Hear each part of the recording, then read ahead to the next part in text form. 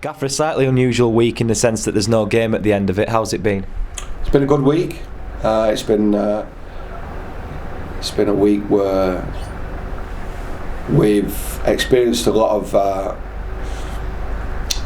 self-assessment, where we've started, where we are now after a 12-week period, and we've had one or two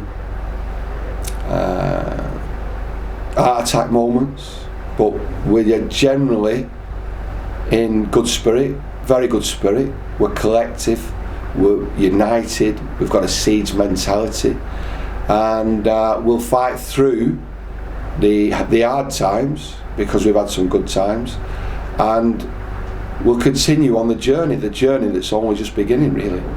Earlier in the week we played a behind closed doors friendly against Bradford City. How did that go? Okay, you know, it's important that we continue to play football, to try and put down our identity, to try and put down the way that we do things in and out of possession, and it's not always going to work, but it worked well Tuesday from a training perspective, and the players are in good spirits. You know, you've got to learn. Every opportunity that you get is to learn, to improve, and life's not always sweet, it's bitter as well, and it's important that you learn through the bitter times, through the hard times, and that you don't give up. You've got to come out, you've got to address society, you've got to address negativity, and you've got to come out with a fighting morale, a fighting spirit, and a never say die attitude. And that's where you do learn, that's where you self-build, that's where you build your robustness, and that's where you become successful. What response have you had from the lads following last weekend's defeat at Accrington? Brilliant. No hiding place. You don't hide, you come out. You don't close your eyes and pretend it's not happened. You face it, you accept it, you learn from it, and you react in a positive manner. You only lose if you give up, and we've not give up, so it's a game in isolation.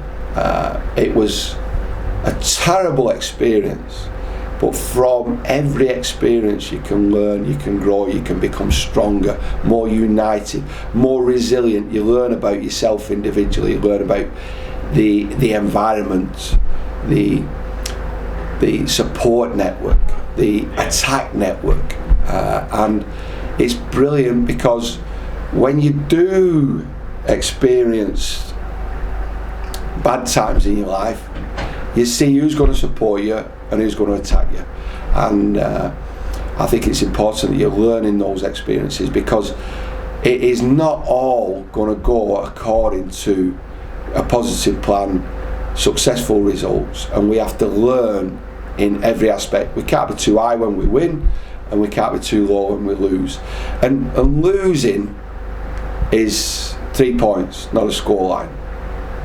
If you get rid of the emotional embarrassment and you put it into perspective, we've got 9 points out of the last 12, and we lost the game 7-1, which hurts psychologically, it hurts emotionally, because how dare we get beat, and it hurt me because it's the biggest defeat I've ever experienced as a manager in 12 years of management.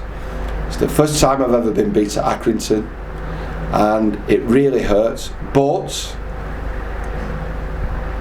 I assessed, I evaluated, I got up, got out on Sunday, embraced the situation that we're in, met the people, the supportive people, met the attackers, and we are sticking to our plan, the plan that's been created from the situation that we found ourselves in. And it's going to be hard, the journey's going to be hard, but enjoy the journey, and the destination will be as high up the football pyramid as we can possibly get. You described last weekend as a terrible experience. You said obviously it hurts you as a manager, it hurt the group, but I guess it is part and parcel of the roller coaster journey that we are on at the moment. That's life, it's a life journey. What we're experiencing is real life. We're in there, we're in the trenches, we're in there in battle. You know, we've got to now, you know, get back together, siege mentality. It hurts, life does hurt. For you to get better, for you to get stronger, Life hurts, winning hurts, experiencing losing helps you decide whether you're going to be a winner or you're going to do the easy thing. The easiest thing in the world is to be a victim stroke loser. No way, not on my watch. We fight, we become better. I don't accept any day of the week losing. I don't accept it. I learn from it. I have to experience it to make myself better. You know, you don't learn anything about yourself, your mentality. I'm 50 years of age now, 50 years of age. I've lost a lot of things in my life. People. That's the hardest thing to lose, people.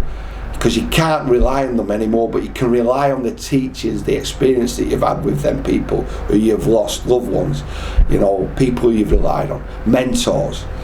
They guide you through these times, you know, where we've lost a game of football.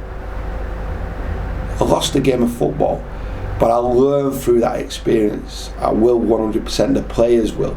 We're very passionate about this model that we're trying to create and what we have to go through to get to a place where we can continue building layers and layers and layers of eternal success.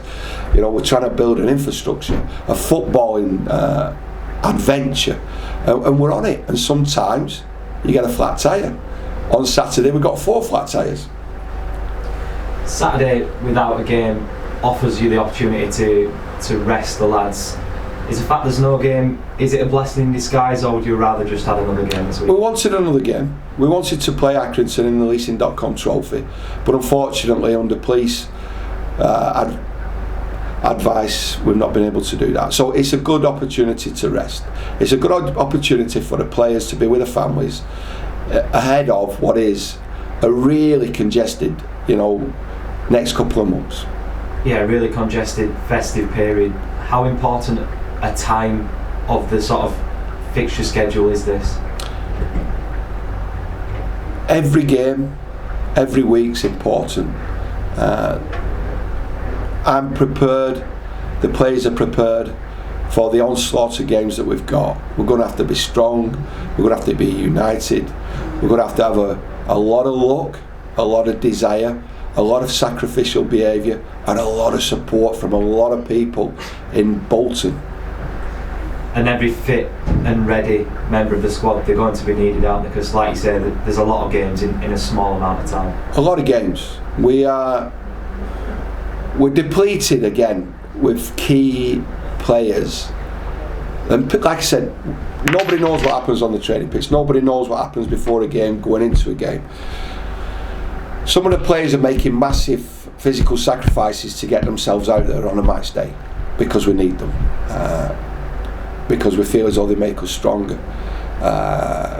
And we have to learn from the exposure that we're putting players under, you know, when they're not quite 100% or 70% fit. So we have to look at that, and we have to make sure that we've got a layering system of the young players catching up to where they need to be, so that when we need them, we have to play them.